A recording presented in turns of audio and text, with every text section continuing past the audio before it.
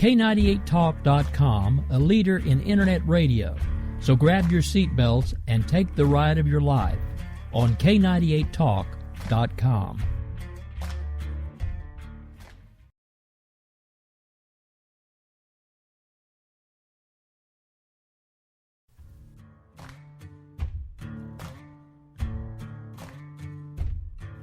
K98Talk.com, a leader in Internet radio.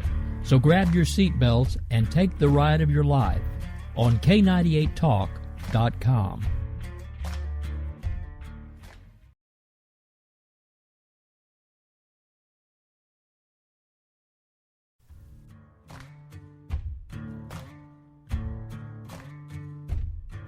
K98Talk.com, a leader in Internet radio. So grab your seatbelts and take the ride of your life on K98Talk.com.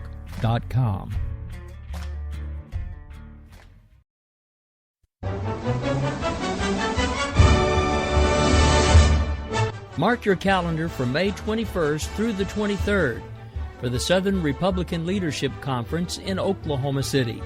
K98 Talk's Rick Robinson and Grouchy from the Conservative Curmudgeon Radio Show will be there to cover each day's events. Join them at the conference to hear keynote Republican speakers. Now, here's Oklahoma Governor Mary Fallin.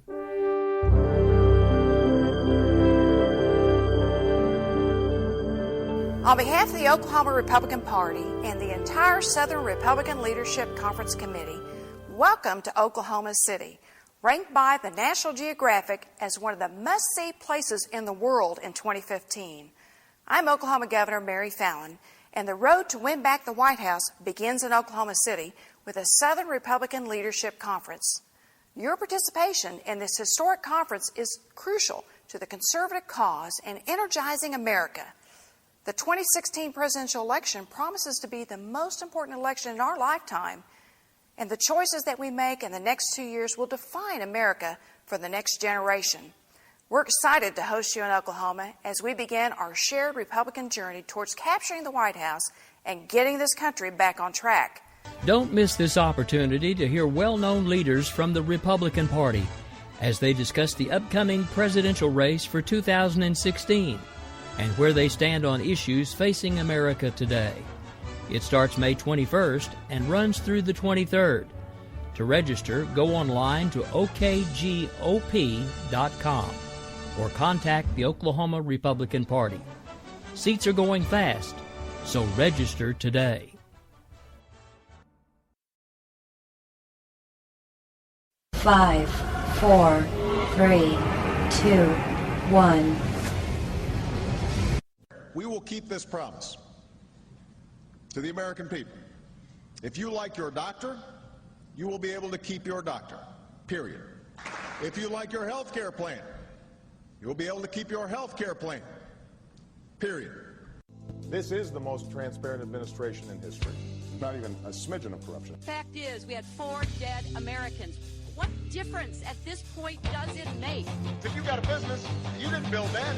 Oh, welcome to the face. Welcome to the face of the new democracy. Don't expect us to admit a mistake. We're paying off election debts to those on the take. Attorney General's lying even while It's time to hear the truth about America's biggest challenges. You're listening to America Off the Rails with your host, Rick Robinson. All right, folks. Well, happy Tuesday evening. This is America Off the Rails. I am your host, Rick Robinson, and we do have a lot to talk about today.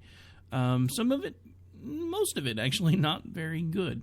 Of course, unless you just have completely had your TV off for the last couple of days, you are aware of the situation going on in Baltimore.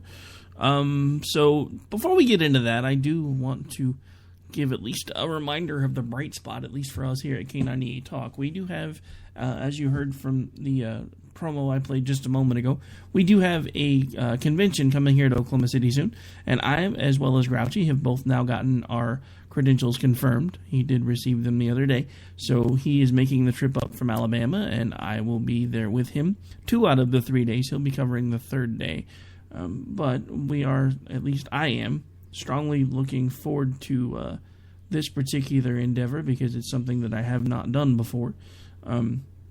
So I'm very, very excited. So I did want to let you know that our plan is to do at least as many live broadcasts as we can manage to pull off, but there's going to be so much going on that I don't know how many of them we're going to be able to do, because I want to be able to cover the events as well as bring them to you live when possible. So I'm hoping we can maybe get a few folks to come back in and maybe sit down with us and do some interviews, but we will see. Now, something that I wanted to make sure that I had touched on, because Grouchy has already started doing it on Twitter as well. Sadly, I have so much to do lately that I have not been keeping up with Twitter well, so my apologies. But one thing I would like you guys to do, if you're listening now, or you're hearing this in a podcast or whatever the case may be, I have several ways you can reach out to either me or Grouchy. What we want to do is get a list of questions that you want asked of the presidential hopefuls that will be at this convention. Be as specific as you want. Try to make sure that you're at least civil. But we will ask your questions should the opportunity arise, and let folks know who it is that is actually asking the question. So include your first name, last name, whatever you're comfortable with.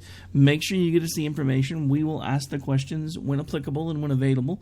And if we get an answer to your question, we'll actually tweet out the answers, as well as make sure that we, if nothing else, record them and play them back later if we're not able to do a live broadcast. But that is sadly one of the only bright spots for today, is the fact that we will be at the Southern Republican Leadership Conference working from May 21st to the 23rd. And actually for me, I will only be there on the 21st and the 22nd because my son graduates on the 23rd. And even though he doesn't graduate until 5 p.m., I'm sure there will be things that will come up that I will be needed for. So I want to make sure that I'm not out chasing a story and actually am home with my son. So I'll be there 2 out of 3 days. Grouchy will be there for the third one. One way or another, we'll make sure that you guys get your information.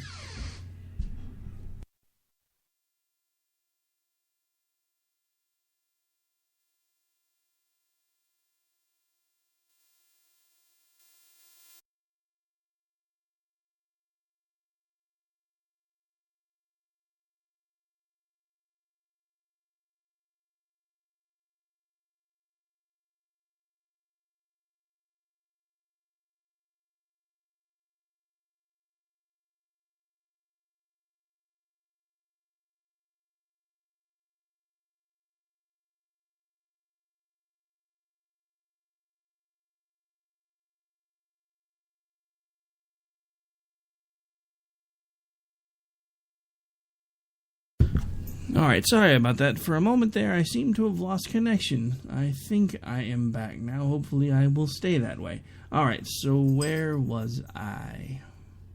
Oh yeah, the convention. So if you want to get a hold of us and give us any questions that you might want to ask, you can reach me at @double_R_OKC. You can reach Grouchy at @TCC. Actually, just his is a pain for me to find because he changes his name all the time. I think it's just do @G, and it should pull right up eventually. It's usually, I think it's @TCC_Grouchy. Is at least what it used to be. I'm not quite sure what it is now, and I don't have my Twitter pulled up right now. But I'm sure if you're following me, you're probably following him. So you can give us information there, or you can email me here at Ricky at the SparkRadioNetwork.com. Also, you can, if you want to, follow me on Facebook. I do have a Facebook account, so it's www.facebook.com/Rowdy Ricky Robinson. And in case we do have new listeners and you're wondering how you can find this particular show, we're pretty much all over the place. Anytime the station has my show live, it will automatically push out to TuneIn Radio. You can find us by going to the www.k98talk.com website, clicking on the player on the right-hand corner. There is also a chat room there. Sadly, I'm not in there that often. I self-produce, and it's kind of a bit of a pain. But I am starting to try to make an effort to be in there more often, and actually I'll probably get in there in the next few minutes. And then, of course, this show as a podcast airs on iHeartRadio, also through Stitcher. So, and also it has its own app in the Android store. If you put America Off the Rails in quotation marks, you can basically pull up the show download the app, basically take it anywhere you want to go. Now, at this point, though, that is, at least as far as I know for the moment, pretty much the only places you can find us. Of course, if anything changes, I will definitely let you know. Now, time to get into the meat of the show.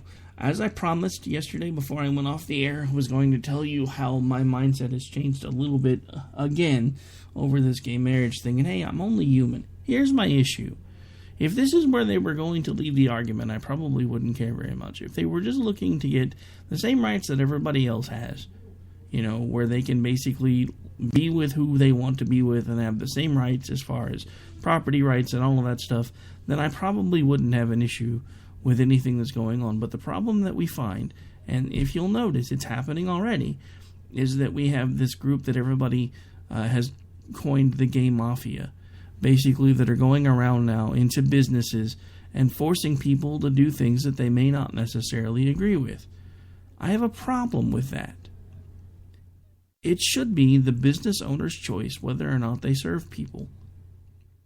And I say again, the only reason segregation worked for as long as it did was because it was government mandated. That is wrong. The government should not tell you that you can discriminate, but it is ultimately the business owner's decision as to whether or not they are going to cater to a certain type of people. Hence all of these men's clubs. Or the hoity-toity folks that go to these country clubs and you have to pass certain requirements to even be let in the door.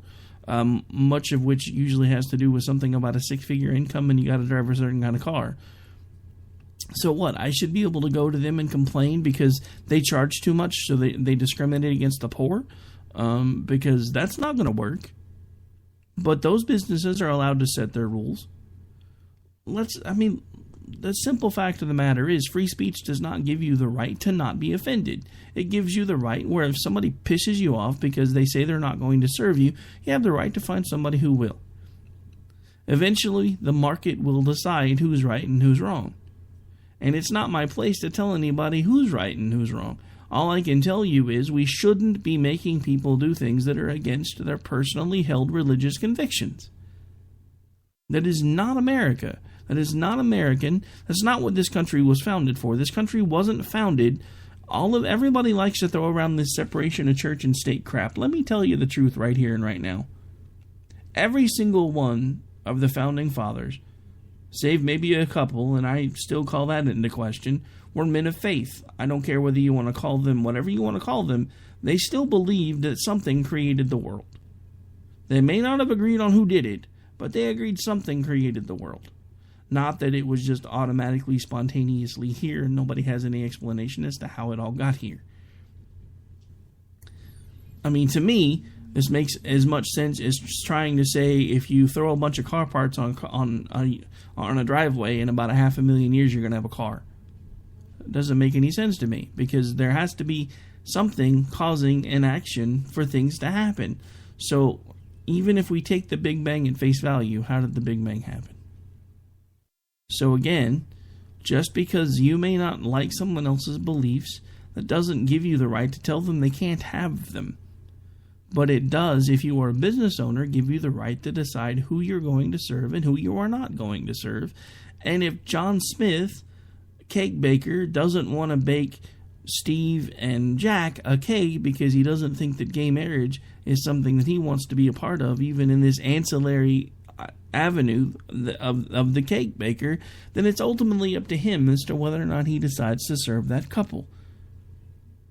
Now, what should happen is the market should decide, and if John and Jack, I think, or Steve and Jack? Hell, I don't know. I'm not even keeping the names up right now. Oh yeah, Steve and Jack were the couple. John was the baker. Okay, so if Steve and Jack can't get their cake baked by John, they go down the street to Alice, who says, "Yeah, sure, I'll make your cake." And then Steve and Jack refer all their friends to Alice and tell them to stay away from John. So the market will eventually decide. Certain people will get the business of the people that they are comfortable with serving. And it really is about that simple. I mean, to me, the argument holds about as much water as being able to go in to a Jewish restaurant and tell them they have to serve me non-kosher food. or going into a Muslim-run business and telling them that I'm going to sue them because they're not carrying bacon. Because their religion says they can't eat bacon. Who am I to tell them that their religion is wrong? Am I going to march into their business and demand they give me bacon? No, I'm going to go somewhere where I can get bacon. What is the problem with it? If you know that there's a baker who doesn't want to make you a cake, why do you have to force the issue? If you know there's a minister that doesn't want to marry you, why do you have to force the issue? The simple fact of the matter is there will be people that will decide that they want the money more than they want to stand by a conviction that they may not even necessarily believe in. So why are we making the people that do believe in those things do things that are contrary to their entire belief system? Whether you want to say their belief system is right or wrong, that's irrelevant. The simple fact of the matter is it's their belief system, it's their opinion, they are entitled to it. Whether you want to say that makes them a bigot, fine. Do they not have a constitutional right to be a bigot? Do they not have the ability to look at somebody and tell them if they want to, no, I'm not going to service you because I don't believe in your particular lifestyle, which are the word choices they use. Because in those circles, being gay is a lifestyle choice. It's not something that you're born with. Those are their beliefs. I have to tell you, I'm not sure, because I have friends that are gay, and like I've told you before, I have a few family members that are gay. So I don't honestly know. Is it a choice? Is it not a choice? Does it matter? Simple fact of the matter is, what they do behind closed doors is none of my damn business. But when they start beating down the door to churches and forcing people to marry them and forcing people to make them cakes, that becomes my business, because you're already winning your argument. Now, because you're winning your argument, you're deciding to be complete and total douchebags, which is ultimately your right. But now we have the court deciding, or siding with you, reinforcing the fact that you're allowed to be a douchebag just because you feel like you've been mistreated all these years. This is my problem with it. Nobody is ever satisfied when they start winning an argument. Once the argument is being won, they push, and they push until they've pushed so far that they don't even remember why they started pushing in the first place, because they're a million miles away from their point and they already won everything they wanted 30 years ago, but they're still fighting the same damn arguments. It's no different than what's going on in the civil rights movements today when it comes to the people of color. Civil rights was won a long time ago, but they don't want to hear that. Because if folks like Al Sharpton and Jesse Jackson and all of the other race baiters out there, whoever they may be, actually had to face the fact that this stuff was won in the 60s and it's basically over, they would have to look for work. They'd be flipping through the one-hits. Because the simple fact of the matter is, the only reason this crap stays as stirred up as it is because that's how there's a vast majority of these people that do this type of stuff on a regular basis make a vast amount of money. And if you don't believe me, look at Al Sharpton's tax bill. Where do you suppose he made enough money that he owes $4.5 million in taxes? I wish I had those kind of problems, because that would mean I made a heck of a lot more than $4.5 million if I owe a $4.5 million tax bill. Never in my life made enough to even look at a $4.5 million tax bill, much less have one of my own. Much less have one of my own and still be a regular visitor to the White House, when the whole world knows I have an outstanding tax bill of $4.5 million. Why in the world the IRS is not all over this guy, I have no idea. But the simple fact of the matter is, the race baiters are why we keep having so much of a problem. Baltimore, case in point. I have a clip I'm going to play probably when we come back from the break. But Baltimore, case in point. Baltimore has a black police chief. Baltimore has a police force that is 67% African American. Baltimore has an African American female mayor. And I keep hearing local talk show hosts here talk about how the reason that people are so angry in Baltimore is because the cops had been doing very wrong things for quite some time. As in, there had been reports that cops were basically profiling folks as they came out of businesses, and if you were an African American and you walked out of a store with a large bag of stuff, they wanted to make sure that the stuff in the bag was yours. So here's my problem with this. because I keep hearing about this, but so far I haven't been able to find any instances of it to get a timestamp. Because what I'm curious of is to find out if these things were happening while Baltimore had a black mayor and a black police chief. Because if so, those are the two people that ultimately determine what the police department does. So if a black mayor and a black police chief were profiling black people, how is that a racist problem? Are the mayor and the police chief closet white people? Because I don't understand it. How can this be about white people at this point? I mean, granted, I think at least one, maybe both of the officers that were involved in the incident were white. And yes, if what they did was wrong, I don't know enough about it yet. I can tell you that the fact that the dude went to the hospital with a broken back probably is not going to lead to their defense very well. But I don't know enough about it to cast any aspersions, because I've said it again. I've said it before, and I'll say it again. I've been in those type of scenarios, and until you're there, you have no room to talk.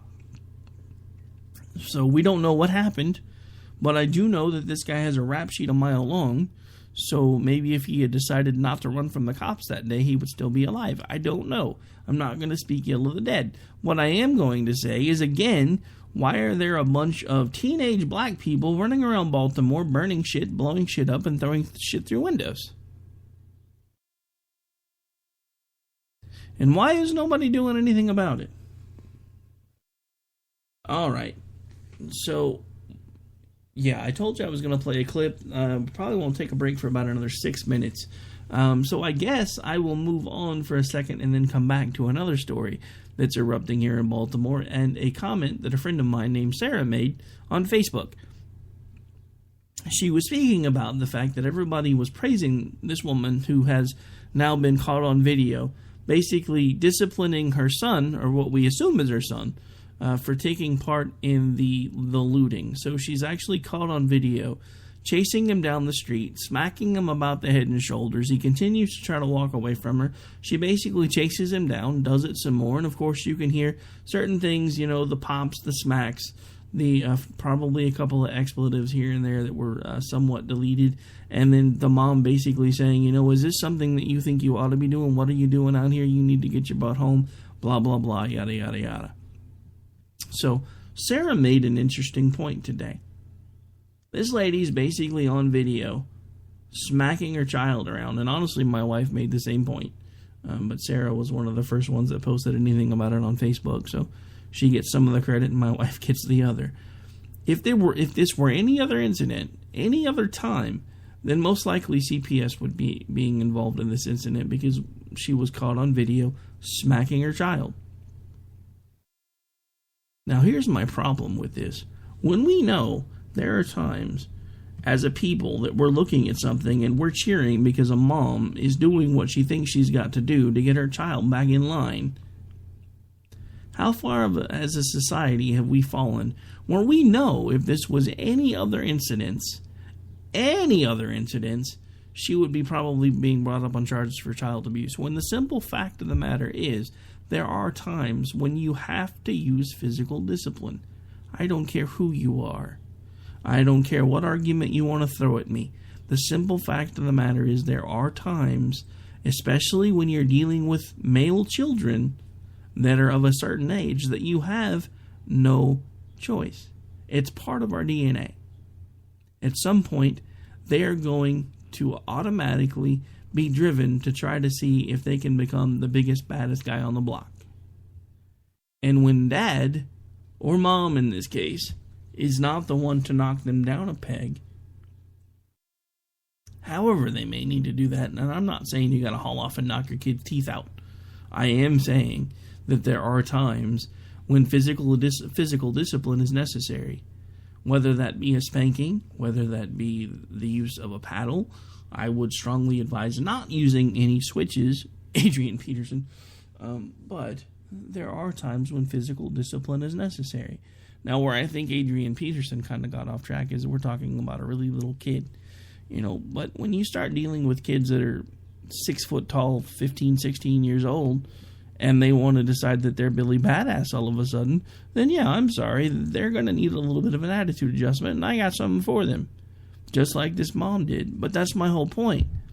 We're praising her now, but if it was anything else at all, she'd probably be looking at charges right now.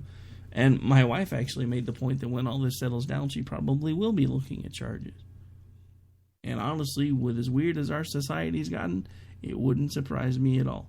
So I do want to take a moment to say hats off to you, Mom, whoever you are, for not only realizing that one of your children, I'm assuming you may have more than one, I don't know, but that your child was doing something that they weren't supposed to be doing, and having the courage to discipline them even though you knew there were cameras there. So just want to give a little bit of a hats off to the Baltimore mom. All right, so I think we're going to go ahead and take a break real quick. We'll be right back here in a couple minutes. Do have a few things we want to play anyway, so...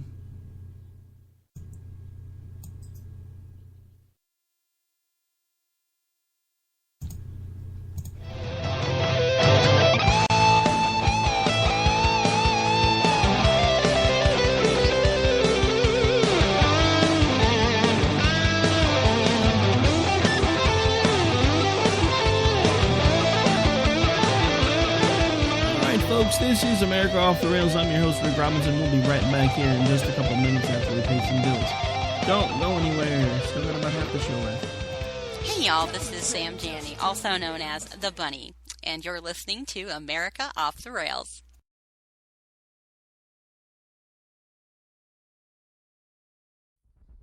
A show that will change internet radio as you know it. Okay, so let's talk about the story, which I think is hilarious. I'm just going to refer to it as the poop plane, because, like, what else are you going to call it? But there was this plane, okay? It took off. It's the British Airways. They were going to Dubai. I have a hard time pronouncing that one. It was British Airways? It wasn't jet. It wasn't jet poo? It wasn't. I couldn't resist. I'm sorry. I like it. This story, if we've ever had a story that is up our alley, it's this one. It's bathroom humor up from front to back of the airplane, apparently. They had to turn around to go back to Heathrow because they said the smelly poo in the toilet became unbearable for passengers, and it was so bad. They decided it's so bad that they had to turn around and go back rather than continue their flight. They decided that there wasn't enough Febreze, there wasn't enough anything to handle this. Maybe they should see a doctor. Is there a GoFundMe for this guy? It must be a woman, because a woman's going to be mortified and embarrassed. If this is a guy, you know that he's like out there on Twitter and everything else saying, dude, I took down an airplane with how bad that I laid it down. There was an old woman who flew on jet poo. She ate so many burritos she didn't know what to do.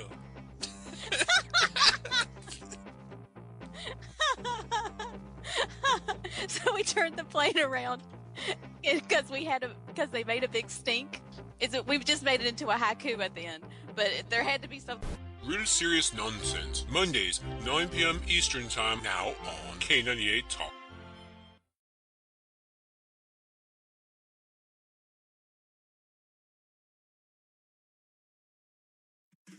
Hey everybody, this is Jason, host of According to Me. I'd like to invite you to check out my show. It's a 2-hour show that lasts 60 minutes and... Listen, I hate to interrupt, but one thing I can do is read off a script. Just say, let me be clear a lot. It works. President Obama, I can handle this. It's a radio promo. I'm not green. I've done this before. Did someone say green? Now, Al Gore is here. Listen, I'm just trying to record a radio promo. Do you mind? Now, do you say good things about me on the show? No, not at all. But if it makes you feel any better, I rip on Republicans just as much. The AM radio frequencies give off very high levels of radiation. Look, my show is on the internet, which you invented. Can I just do my promo? I got a pen. I can veto that, you know. I know you got a pen. It's not a law. It's a radio promo.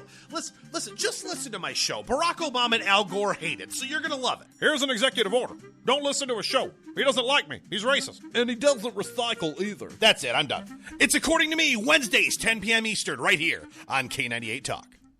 This is Misty, owner of Wax It Studio in Edmond, Oklahoma, and I'm here to talk to you about a skincare product called Theramedics. Theramedics has a wonderful line of products from anti-aging to hyperpigmentations all the way to acne. In fact, everyone at some point in our life is affected by acne. Acne can cause a great deal of embarrassment and anxiety, and in order to prevent and help other people, I have tapped into this wonderful product called Theramedics. Visit my website at www.prettyskindeep.com. Again, that's www.prettyskindeep.com.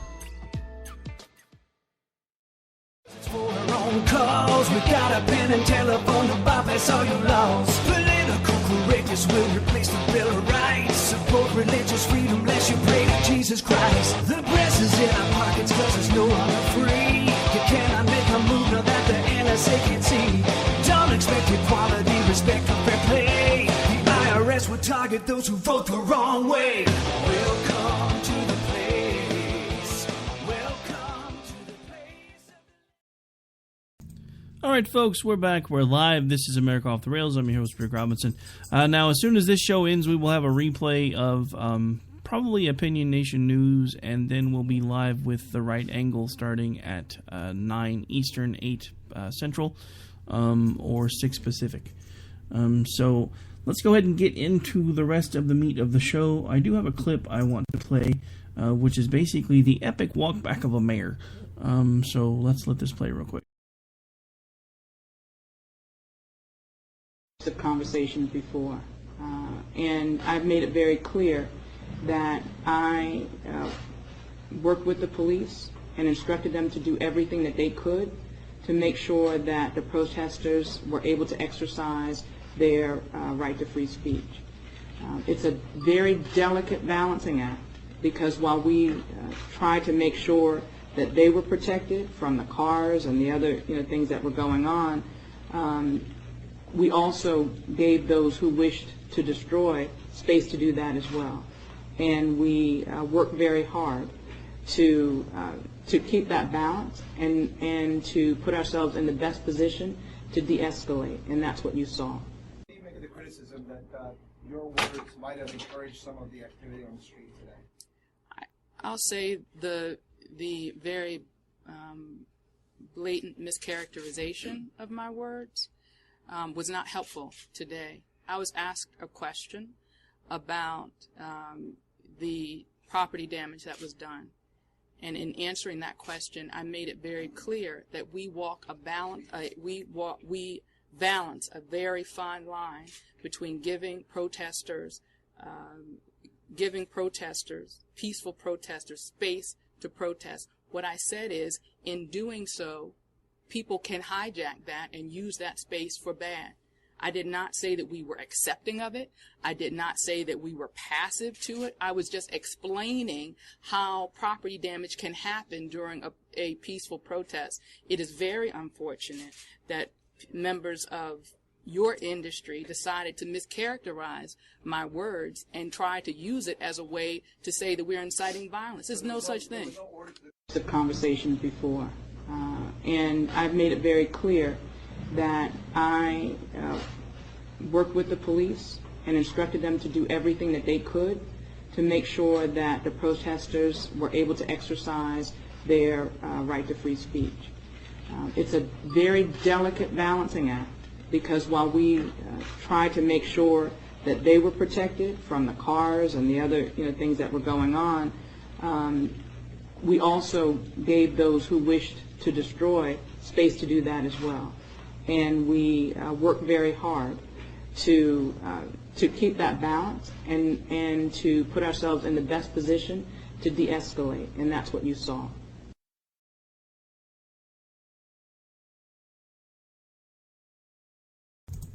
All right, so just to be perfectly honest, because I'd only heard the little snippet, and there's a reason I put that on there at the beginning and at the end. Because I have to tell you, when I first heard the snippet, I honestly thought I understood what might have happened. I think she might have been trying to say we gave the folks space to protest again. But my issue with that is, if that was what she meant to do, why was she so vehement during the exchange with the reporter that happened a day later? Because the simple fact of the matter is, she could have apologized. She could have said, look, I went back, I've listened to what I said. That was not honestly what I meant to say. What I was trying to say is the same thing that I said at the beginning of the comment, which is that we were going to give people space to protest, not to destroy. But she didn't do that. She never officially said, I've listened to it. This is what I said. This is actually what I meant. She didn't do any of that. She basically just said, you know what, screw you guys. You're mischaracterizing what I said. Madam Mayor, we have exactly what you said on video that's now all over YouTube and gone viral. It's been played on so many media outlets I can't even keep track anymore. And you still want to stand there and tell the media that the only reason that you're having an issue with this is because they mischaracterized what you said. The simple fact of the matter is it is what you said. And if you hadn't gotten so offended and so cranky about it, I might have been willing to give you the benefit of the doubt. Because I've stood in front of rooms full of people with microphones and flashes and everything else before, and occasionally you open your mouth and something stupid falls out, and it's not intentional. But you didn't correct it when you said it, you didn't correct it after you said it, and you lambasted the media for pointing it out instead of saying, hey, you know what, look, I'm human. It was a very stressful situation, and I said something inappropriately, and what I actually meant was this, and I do apologize if you guys felt like I was trying to give people the impression that they could go out and break shit. But what she did instead was basically, well, I never said that. What I said was, and none of that was said. She didn't say, there was nothing about, we're going to give folks the room to protest, but we have to be prepared for the fact that it might be hijacked and people might use that space to destroy. She specifically said, we're going to give folks space to destroy. So if that's what you're going to say, and then you're going to try to walk it back while at the same time coming across like a complete jerk, then maybe you should have just slowed down, taken a breath, and said, hey, you know what, guys? I'm human. I screwed up. That was not what I was trying to say. I'll be the first one to tell you, I talk for a living no matter whether it's this or the day job. And I have to walk things back all the time because I'll be in the middle of telling somebody something and a note will change or there'll be a note added and the next thing I know I'll be like, hey, you know what, hang on, remember what I just told you a second ago? Yeah, well, scratch that because there's been a change. So let me go back in here and let me see what I can find out for you now. We'll move on from there. So that happens to me all the time. So I really don't understand why this mayor... This African-American female mayor who could have said, hey, what? You know what? My bad, guys. I did not mean to say it the way I said it. That was not what I meant. Does she maybe not realize that she actually said that? I know she's had to have heard it by now. So why would she still be standing there saying, why are you trying to mischaracterize my words? Because she blatantly said, we're going to give those that wish to destroy space to do so. She didn't say protest. She did at the beginning. Which is why at first I was like, it's probably just one of those things where she really wasn't paying attention. Or maybe she was, a little nervous. Your town's on fire. Maybe... I don't know. But the simple fact of the matter is, at some point she did eventually start making apologies after the fact, very far after the fact. And now we have to deal with the fact that Baltimore is on fire. Baltimore is on fire. Let that sink in for a second. It was one thing when it was Ferguson, and I'm not trying to say that to be mean, but Ferguson was not a very big town. They probably had no way to be prepared for what happened. Baltimore should have been prepared for what happened. I've been listening to folks from NYPD all day. They're like, oh, that stuff happened up here. There'd be no way we just let it go. The simple fact of the matter is, when they ordered the police department to take a hands-off approach to this, all they did was encourage more of it and more of it and more of it. If you don't believe me, look at what happened at the CVS pharmacy that burned when they started vandalizing the fire department ropes or the fire hoses when they were trying to put out the fire. Who does that? And the thing that nobody's talking about is all the people that were trying to protest the right way, and now they've been completely engulfed and co-opted and hijacked. Let's face it. This dude got arrested, was transported for medical services, and somehow got his back broken. And ultimately died from his injuries. You can't tell me that there are a certain number of the population that might not have a reason to be pissed off in that situation. Right, wrong, indifferent, the simple fact of the matter is we still don't know the story. This has been going on for how many days? There's been no official report, at least none that I've been able to find. There's been nobody really talking about what happened while he was in police custody, whether he was injured during a fall. I mean, nobody's talking about it. Nobody's giving us any information. This is what makes me the most angry. This was an honest area where if it was done right, people had the right to protest. They had their right to freedom of assembly. They could have aired their grievances in a public square, and they could have left it that way. And it might have actually gotten some folks' attention. But now, instead, we have people that have been on talk shows like Hannity all day that are talking about how for the first time in their lives, much like Michelle Obama, they're now ashamed to be African Americans. You know how she said, for the first time ever in my life, I'm proud of my country. Well, now we have lots of folks of the African American persuasion that are not only not happy about their country, they're depressed over their town, and they're saddened because, in one guy's words, I'm mad because I have to share the same skin color with some of these people that have done the things they've done for the last couple of days. This is the legacy we are leaving our children. Has none of this sunk into anyone? This is the legacy we are leaving our children. Our children are growing up watching these things, and they're being told that it's okay. They're being told that if you have enough of a grievance, you should be able to do whatever you want to do until somebody listens to you about your grievance. Look at what the hands-off approach to parenting has already done to our society. You can't discipline them, you can't get onto them, you can't do this. Anything you basically do is child abuse anymore. And look what's happened. We have guys growing up like, I can't think of his name all of a sudden, the guy from Ferguson, who basically thought he was the biggest, baddest guy on the block. Oh yeah, Mike Brown. Thought he was the biggest, baddest guy on the block. Decided he was going to strong-arm a convenience store owner, stand up to a police officer, and ultimately died because he decided he thought he was better than everybody else and didn't need to follow rules. We're teaching our children now they don't need to follow rules.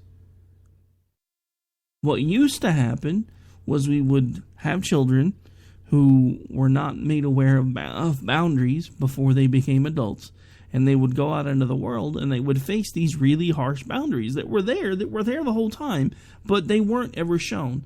So they thought, well, I'm just going to do the same thing I did at home, and it's going to work just like it did at home. Eventually, the big bad guy with the badge is going to back down.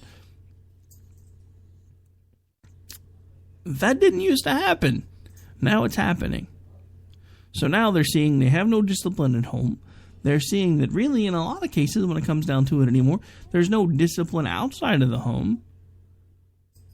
I mean, what are we, just going to become a complete anarchy and let everybody do whatever the hell they want to do whenever the hell they want to do it? I know some libertarians right now that listen to this show are probably dancing in their living rooms because I just said anarchy.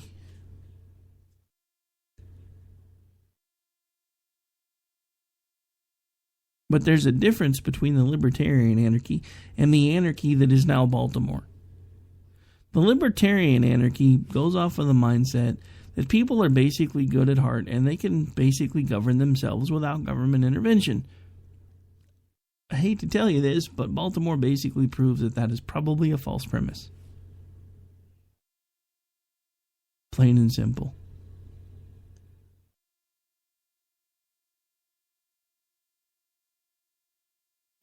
I mean, seriously, look at everything that's happened there over the last few days. It started as a peaceful protest. At last count, in the one peaceful protest that they managed to put together, there were 10,000, I believe they said 10,000 people that were protesting peacefully.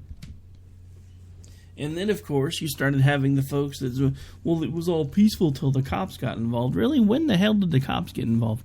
Because everything that I've seen has basically been telling them to have a hands-off approach, which never works. It's this sit back, wait for it to die out on its own thing. That never works. When people realize they can basically do whatever the hell they want to do, whenever the hell they want to do it, things like Baltimore happen. Things like Ferguson happen. You know, and that's the other thing that I've been talking about with friends and family and everybody else. You know, there was a time that things like Baltimore and Ferguson wouldn't have happened. Because people knew enough about their neighbors They cared enough about their neighbors that when somebody decided to start trying to do something stupid, the community would come together. The community used to come together as a whole to protect. Now, a smaller segment of that same community comes together as a whole to destroy, to vandalize, to steal, to see how many people they can get riled up. Because the simple fact of the matter is, if they can keep us fighting amongst ourselves, it doesn't matter what they do. This is a distraction. No, I'm not talking about the death. That is a tragedy. But the people that are using this now, that are from out of state, that are getting people ginned up, just like they did in Ferguson, that are getting them riled up, that are getting them to the point where they're ready to start burning down buildings and breaking windows in cars and throwing rocks at people that are sitting in restaurants and throwing rocks at police officers. That is the distraction. Because right now, again, there is a town in America that looks like a freaking war zone. How many is this now since Barack Obama's been in power? How many towns have been utterly destroyed by his magnanimous race relations? Yeah, I'm going to put all of this right square at his feet where it fucking belongs. Because he's the one that gets on the air every time anything like this happens and starts trying to make excuses for the idiots that are breaking the law. The simple fact of the matter is, I don't care if you're 14, 15, 16 years old. If you are breaking into a store to steal shit, then you deserve to go to jail. I don't care why you were angry. I don't care why you got your feelings hurt. The simple fact of the matter is, if you broke the law, you deserve to go to jail. The fact that the Baltimore police chief would order his people to sit on his hands makes me so angry I can't even stand it. How many people were injured? I saw a report this morning from a reporter on Fox News. His father had to interview him on air about the fact that he was injured while trying to cover the story yesterday. I couldn't imagine being a father in that type of a situation where you had to remain neutral on the air while you're talking to your son about probably having to have major surgery because he was injured during an incident. Because people don't give a damn about one another anymore. The only thing they care about is, hey, as soon as everybody gets mad enough, let's go down here to this Best Buy and see if we can get us a new TV. Or hey, 5-finger discount on toilet paper. Let's go hit the Dollar General. Nobody cares right now. Or the lady that was caught point blank on national TV walking out with an armload full of shoes. And she says, I didn't steal these. I found them on the ground. Is this the kind of world we are going to leave our children? Because I hate to tell you, but right now, this second, I honestly feel like the answer to that is a resounding yes, and I don't know if there's anything we can do about it anymore. I keep thinking every time there's an incident like Ferguson and now Baltimore or the one in New York City that eventually there's going to be a point when people will realize something's got to change. If you are in police work for the wrong reasons, you need to get out of police work. It's not a fucking paycheck. People used to go into jobs because they considered it a calling. They considered it what they felt like they were born to do. Whether it was teaching, being a lawyer, being a police officer, being a firefighter, it meant that, or even going into the military, it meant that you were giving of yourself. You were giving of your time. You were investing to make sure that your community was a better place. Now we have so many people that are completely selfish about everything, and the only thing they're really caring about is whether or not they get a paycheck. It's an endemic problem across this entire country. Look at all the news stories about the teachers that are doing unspeakable things with underage children. Male, female, it doesn't seem to matter anymore. The simple fact of the matter is the teachers do what they want to do when they want to do it, and they do it because it feels good. This is the same kind of stuff that I, as a Christian, have been warning people about for decades. Because I kept telling everybody, back when I was a preacher, and back when I was writing more articles, and back when I was doing all of the things, including this, that at some point we were going to get to the point where we were going to be in a generation of do what feels good, as long as you don't hurt anybody else. Which we got there. And now we're in a generation of do what feels good, and who gives a damn if you're hurting anybody else? Because it doesn't matter, because it feels good to you. It doesn't matter. The simple fact of the matter is, this world is falling apart. Baltimore proves it. The recent incident in New York City proves it. Ferguson proves it. Now we're going to have to decide, are we going to continue to let the world fall apart, or are we going to do something about it? Are we, as the people all of you that listen to this show, I know care about the country. Why the hell else would you listen to this show? Why would you listen to Grouchy's show? Why would you listen to Bunny's show? You could be off listening to whatever the hell you want to listen to. Why would you listen to us? Unless you honestly give a damn and you're looking for answers and you're looking to see if somebody agrees with how you feel and what you think and how you say things. That's why we're here. That's why all of this was started. The problem is I'm really starting to feel like the old lady on the commercial from Geico. Or not Geico, but whatever the insurance. Where she's sitting there, and it's a little old lady, and she's like, I really like this putting my pictures up on the wall thing, and it makes it so easy to see them all. And then she says something else, and the other lady on the couch says, that's not how this works. That's not how any of this works. That's how I feel about my entire country right now. That's not how any of this is supposed to work. Yes, you have the right to free expression. Yes, you have the right to civilly protest, but you don't have the right to loot a fucking business. You don't have the right to do that. And when the police department looks at you and says, yeah, go ahead. We'll deal with it later. We don't want to make things any worse. Why do we even have police departments anymore then? If you can't regulate the people that are in your department to keep them from doing stupid crap, and then to deal with the repercussions when they do occasionally do stupid crap, like has now happened in Baltimore. Again, I'm only going off what I know. The dude's got a broken back, and he died. There's a problem. I don't know what would have happened to cause him to break his back while he was trying to be taken into custody. That's my problem. If I know more, once I know more, if I've got to retract anything I've said today, I will be happy to do so. But the other thing that concerns me is, again, they're not talking about it. Nobody's talking about what happened to this guy. Nobody's talking about why he got a broken back. Nobody's talking about how he got a broken back. Nobody's talking about what happened while the cops were chasing him.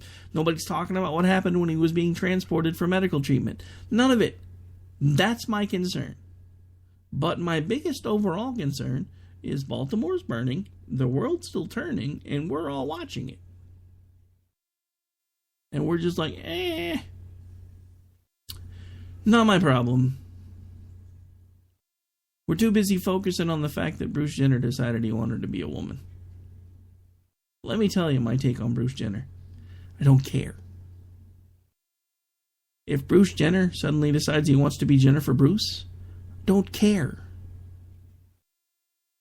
Doesn't affect me. Doesn't impact me. Has nothing to do with me. What I did find humorous is all of the pro-LGBTQ community that was all like, yeah, sweet, Bruce Jenner coming out, showing he's a girl, yada, yada, yada. Oh, he's a Republican? F that guy. And that's exactly what happened. He admitted, after coming out and being transgender, and saying, hey, I've always kind of felt like a woman, so that's what I'm going to be now. But I'm also a Republican. Where'd everybody go? Really? We're conservative. We don't care. Your lifestyle choices don't really impact us. As long as you don't keep flaunting them in our face, really don't care. No, I didn't watch the interview. Had no interest in watching the interview. I don't need to watch a 60-some-odd-year-old man suddenly tell the world that he's always felt like a woman. I have problems with that because he's had several children. So at some point he had to have felt a little manly. I'm saying. The equipment doesn't work if you're not interested. Oh, I'm sorry. Did I say that out loud? All right. So at this point, this will be the end of the show this evening. I do apologize for that couple of minutes of dead air while we lost connection. I'll be back with you not tomorrow, because this will be Grouchy's last 2-hour show. And then I think, hopefully, I'm going to see if I can get him, Harangue, to maybe do a show with me Thursday. Otherwise, Thursday may be a night off for me, and I may upload a replay. Not sure yet. But anyway, it's been my pleasure having all of you listen in with me this evening. Do hope you haven't been too offended by anything that I've said, but honestly, gotta say, if you have, you can kind of get over it now. But at this point, it is about time for us to shut things down so we can keep everything on schedule. Again, my name is Rick Robinson. It has been my pleasure having you guys hang out with me this evening, and I will be back with you possibly Thursday, definitely Friday. And I will still be here, just won't be in front of the mic. I'll be producing the shows that you hear tomorrow night. So, do hope everybody enjoys the rest of their Tuesday. Hope I wasn't too boring today, and I will be back with you when I see you, God willing. Good night, ladies and gentlemen.